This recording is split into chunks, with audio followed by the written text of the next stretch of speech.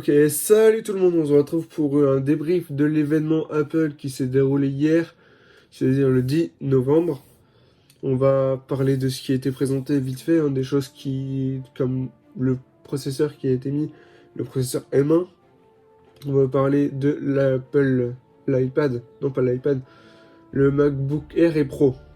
Ouais, on va parler de tout ce qui est processeur, où il se trouve dans le marché et de ça. Enfin, où je suppose qu'il se trouve, on fera une vidéo plus complète. Donc on va d'abord commencer par parler du processeur M1 qui est un GPU, un CPU, c'est-à-dire un processeur où tout est fusionné. Il y a le Neural, il y a du 8 cœurs.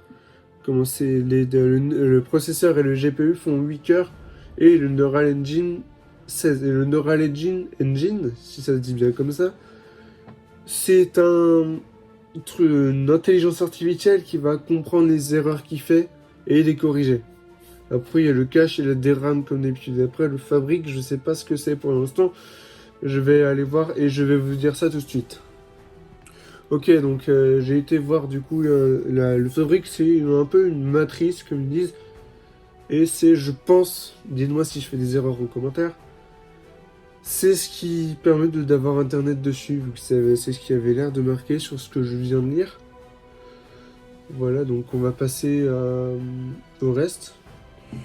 Donc pour préciser, le processeur c'est pareil, c'est 8 cœurs comme le GPU. Voilà, c'est tout ce que j'avais à dire là-dessus. Je sais pas quoi dire vu que je n'ai pas été voir la cadence, vu on sait pas tout encore. Donc si je comprends bien le graphique que je vais vous afficher juste là, la M1 utilise 10 watts, ce qui est pas mal quand même. Enfin je sais pas, vous pouvez me dire, pour moi c'est peu. Le trois quarts du temps c'est du 12-13 watts. Et elle est bien au-dessus, comme vous voyez sur le graphique que j'ai affiché juste au-dessus des PC laptop classiques. Enfin des chipsets, des PC laptop classiques. Ok, bah il y avait juste ça.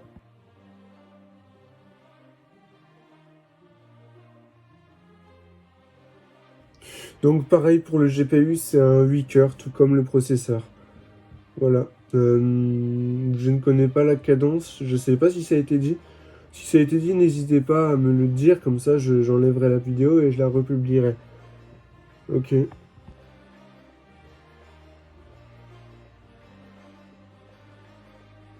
Donc si je comprends bien le graphique que je vais vous afficher juste là, la M1 utilise 10 watts, ce qui est pas mal quand même. Enfin je sais pas, vous pouvez me dire, pour moi c'est peu. Le trois quarts du temps c'est du 12-13 watts. Et elle est bien au-dessus, comme vous voyez sur le graphique que j'ai affiché juste au-dessus des PC laptop classiques. Donc je sais pas si j'ai précisé, mais le Neural Engine a 16 cœurs, ce qui est énorme quand même pour un truc comme ça. Je suis étonné quoi. Genre, le trois quarts du temps, les processeurs c'est 8 cœurs.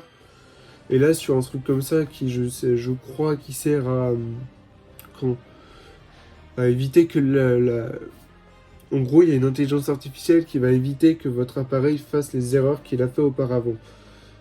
Voilà, c'est une explication globale. Donc, en gros, le Mac Air, le Mac Air, il aura 2 Tera en SSD. Aux erreurs et apparemment, il sera 2 fois plus rapide.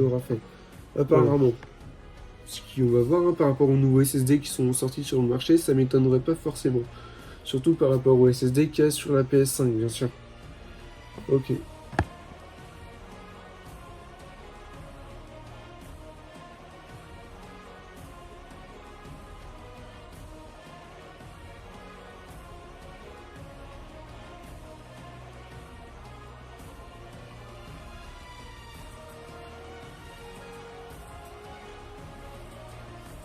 Donc le MacBook Air a 16 Go de RAM et peut avoir jusqu'à 18 à 20 heures d'autonomie niveau batterie, ce qui est énorme.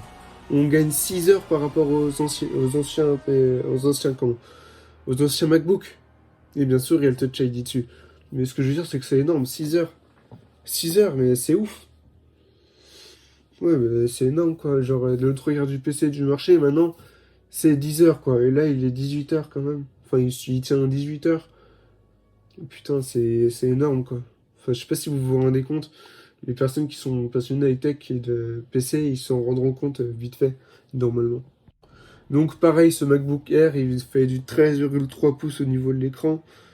J'ai déjà parlé de la puce qu'il y avait dedans, c'est la même. Dans dans l'iPad, dans le MacBook Pro, il y a une petite différence, c'est que bon, la taille de l'écran est la même, la puce est la même, sauf qu'on peut la remplacer par un Core i5 ou Core i7.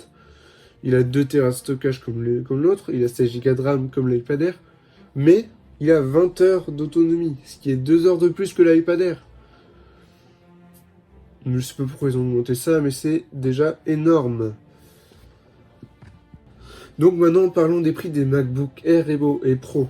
Le MacBook Air vaudra 999 euros, tandis que le MacBook Pro vaudra 1299 euros. Et on se retrouve juste après ces déclarations pour parler du... Je sais plus comment on l'appelle. Donc pour le Mac Mini, au niveau du processeur, c'est pareil. Par contre, ça change au niveau de la RAM, où c'est du 8 Go en tout, et il a 256 Go de stockage, et il coûte 799 euros. C'est tout ce que j'avais à dire sur la conférence. Bon, je vous dis à la prochaine. Allez, peace!